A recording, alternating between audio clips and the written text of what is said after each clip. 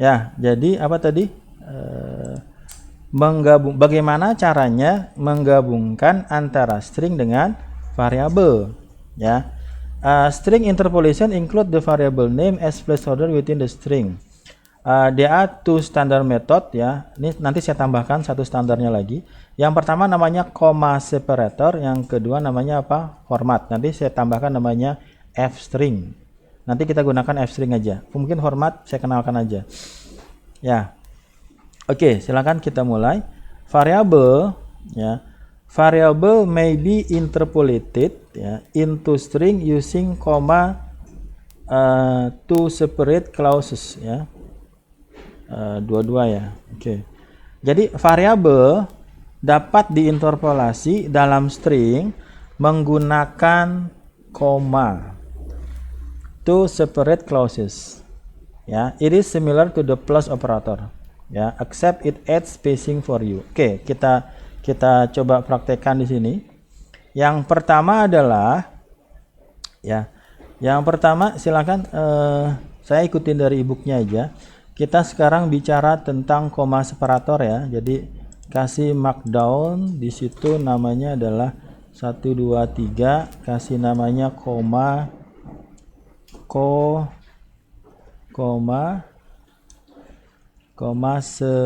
ini banyak dipakai nanti, ya. Ini banyak dipakai, makanya saya suka ngikutin e-book tuh seperti ini. Ada beberapa yang apa namanya, saya tinggal jelasin aja. Nah, yang harus Anda pahami yang pertama adalah kita punya sebuah variabel namanya adalah Italian greeting, ya. Kita punya variabel namanya adalah Italian greeting. Kemudian value-nya adalah sebuah string yang nilainya adalah ciao, ya, ciao. Itu satu dulu, ya. Yang harus Anda pahami adalah ini adalah sebuah variabel yang menyimpan apa? String, gitu ya. Sekarang kita akan gabungkan antara string dengan variabel, ya. Jadi intinya adalah menggabungkan atau menggunakan deh, ya. Menggunakan variabel di dalam string, gitu ya. Menggabungkan, ya. Kayaknya lebih enaknya menggabungkan, ya. Menggabungkan, gitu ya. Oke, variabelnya mana? Variabelnya adalah Italian greeting ciao. Kemudian di situ kita punya printnya di sini, ya. Saya kecilin dikit, silakan Anda nanti lihat di PDF-nya. Di printnya di situ saya punya satu string namanya should pakai D, ya. Should we greet people with, gitu ya. Nah, di sini ada koma. Itu yang masih dengan koma separator. Di situ ada koma. Jadi dalam print kita bisa memasukkan string, kemudian ada variabel, kemudian ada stringnya lagi. Di sini ada Italian greeting, ya, Italian greeting. Nah, Italian greeting di sini adalah sebuah variabel yang di sini, gitu ya. Dan kemudian diakhiri dengan in North Beach, ya, in North Beach. Oke, ini agak panjang jadinya, ya. Ya, oke, coba Anda pahami ini nanti, karena ini nanti banyak digunakan, ya. Ya, oke, ya. Intinya adalah di sini kita punya variabel, ya. Mana variabelnya? Italian greeting. Kemudian kita pakai fungsi namanya apa? Print. Nah, di dalam print ini di situ ada dua string, ya. Ada berapa string? Ada dua string. Yang pertama adalah should we greet people with, koma, di sini ada komanya. Kemudian di situ ada Italian greeting. Nah, Italian greeting ini bukan string. Maksudnya ini adalah sebuah variabel yang menyimpan string, gitu ya, lebih detailnya, ya. Jadi kalau ini kita apa namanya? Kalau kita ini jalankan, maka dia akan menggabungkan should we greet people with, tapi dia akan menarik data yang disimpan oleh Italian greeting. Jadi kalau kita run, maka hasilnya adalah should we greet people with ciao in North Beach. Kayak gitu ya. Ini udah misalnya gini, kita bikin contoh yang agak sederhana lah ya. Misalnya saya kasih nama misalnya ya. Nama misalnya sama dengan Nova lah ya, Nova atau Agus lah, Agus gitu ya, Agus ya. Kemudian kita masih main string dulu ya, kita belum satu aja lah. Kemudian print, kemudian perkenalkan ya, perkenalkan koma nama saya gitu ya, nama saya. Nah di sini kita kasih koma, kemudian kita kasih apa? Nama seperti ini. Nah berarti di sini sederhananya adalah kita menggabungkan ada sebuah string dan ada sebuah variabel, ada sebuah string dan sebuah variabel. Tapinya di sini kita gunakan apa? Kita gunakan koma, gitu ya. Gimana kalau sebenarnya ada lagi dia menggunakan plus gitu ya? Saya skip dulu deh. Ini aja. Nah kita stay di sini aja dulu, gitu ya. Nah perhatikan di sini. Yang Anda harus pahami adalah nama di sini adalah nama yang ada di variabel di sini ya. Oke. Jadi ketika kita rubah di sini menjadi name atau name gitu ya, name, di mana name-nya berbeda dengan nama di sini, maka dia akan error karena nggak dikenal. Sorry, saya name-nya di atas ada ya. Kenapa ini seperti ini? Karena kalau kita panggil host-nya di sini, kalau kita panggil host ya, saya sudah pernah pakai name di variabel ini ya. Nih ya. Saya punya name dan saya punya nama. Caranya gimana Pak? Kita restart kernel. Silakan Anda restart kernel and clear all output ya. Restart kernel and all output. Karena tadi saya sudah menggunakan name ya. Nah ini kalau saya restart ya. Kalau saya restart maka sekarang variabelnya kosong ya, empty ya. Jadi yang tadi itu masih ada ya, yang tadi masih dikenal ya. Berarti kalau misalnya Anda bingung-bingung, Anda panggil host saja biar lihat variabelnya apa. Jadi ketika kita restart kernel and clear output, maka semua variabelnya kita reset gitu ya, kita reset.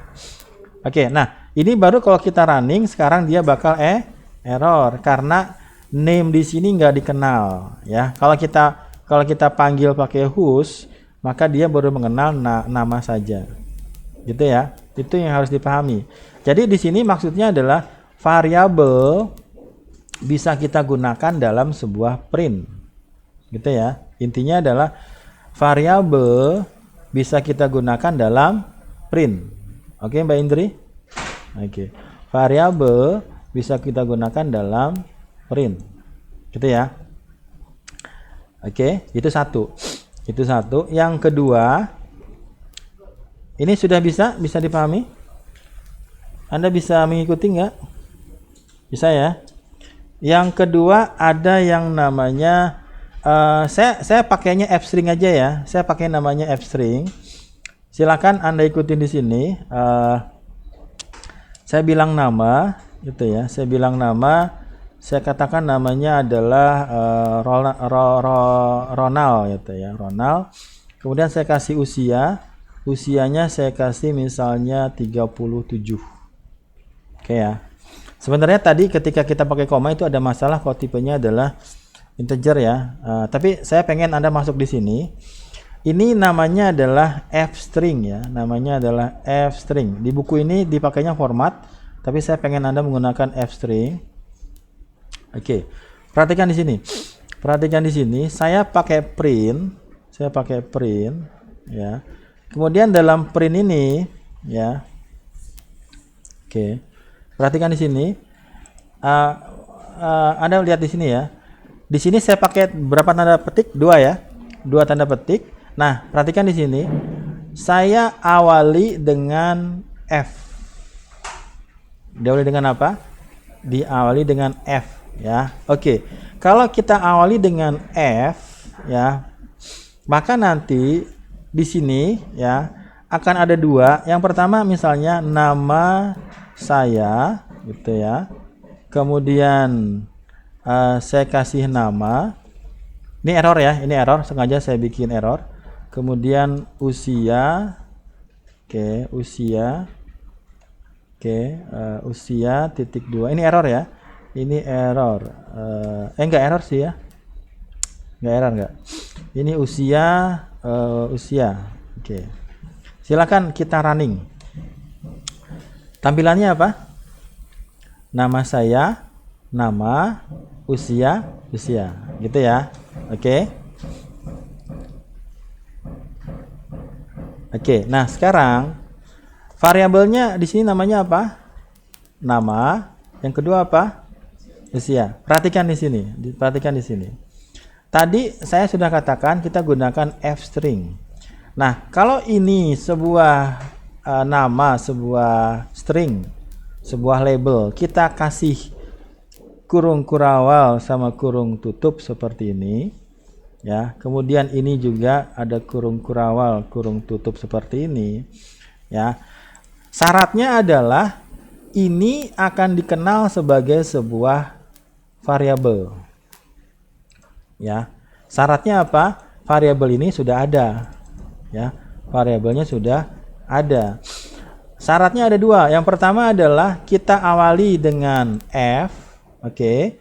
Yang kedua apa? Yang kedua variabelnya kita berikan di antara 2 tanda petik ya, tanpa ada koma. Koma di sini nggak ada hubungannya dengan ini, kalau nggak pakai koma juga nggak ada masalah gitu ya. Nah, ini adalah string biasa nih, ini string biasa, ini juga string biasa. Tapi kalau ada tanda kurung kerawal seperti ini, ada F depannya, kalau kita run, maka dia akan menarik nilainya. Perhatikan di situ. Namanya siapa? Ronald, usianya berapa? 37. Kita pakai yang ini aja. Saya nggak pakai yang di buku. Yang di buku pakai format. Ya, seperti ini. Nanti banyak seperti ini. Syaratnya ada 2. Yang pertama ada F-nya dulu di depan 2 tanda kutipnya atau 1 tanda kutip. Yang kedua, nama variabelnya sudah ada ya. Dan kita awali dengan kurung kurawal buka, kurung kurawal tutup. Bisa dipahami ini? Bisa ya? Ya. Kita bisa pakai slash n macam-macam nanti gitu ya. Ini yang paling sering digunakan, namanya f string gitu ya. Oke. Jadi nanti kalau Anda gunakan apa namanya? Seperti ini Anda gunakan f string. Gitu. Kita latihan dulu ya. Kita latihan dulu. Kita latihan dulu. Ya, ini formatnya saya pikir sudah selesai. Nanti kita lanjut ke LAN ya. Kita latihan dulu ya.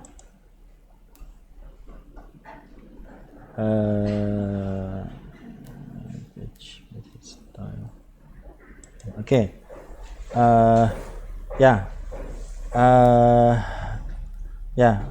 Apa namanya, latihannya adalah as itu apa? Tanyakan user berapa usianya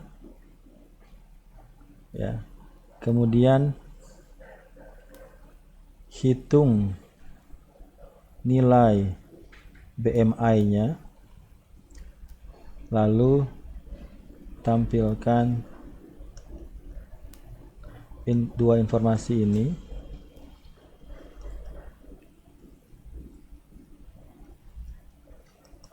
Menggunakan f string. Berarti pakai input ya. Pakai input. Ya, bisa dipahami soalnya? Ini saya print screen. Saya share di WA group. Nggak bisa ya?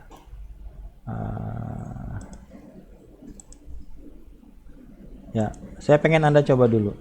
Apa yang kita perlukan di sini? Kita perlu tahu rumus dari BMI. Apa itu BMI? Body. Caranya gimana? Ya googling aja ya, googling. Rumus BMI, rumus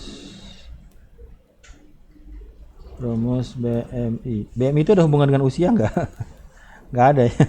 Dengan berat badan ya. Saya ketukar ya. Ya, berarti Anda bukan nanya usia ya, tapi nanya apa? Berat badan ya. Oke. Ya, berarti kita butuh apa? Kita butuh dua informasi. Yang pertama apa? Berat. Yang kedua apa? Tinggi. Dah, tuh dapat ya.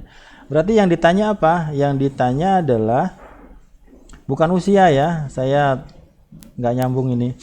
Yang ditanyakan adalah berat badan. Ya. Yang kedua apa? Tinggi badan. Oke. Berarti pakai input ya.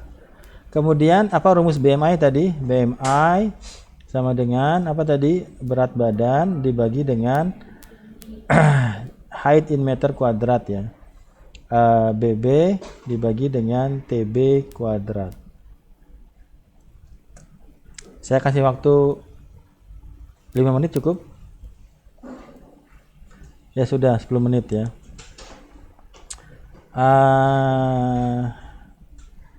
Kita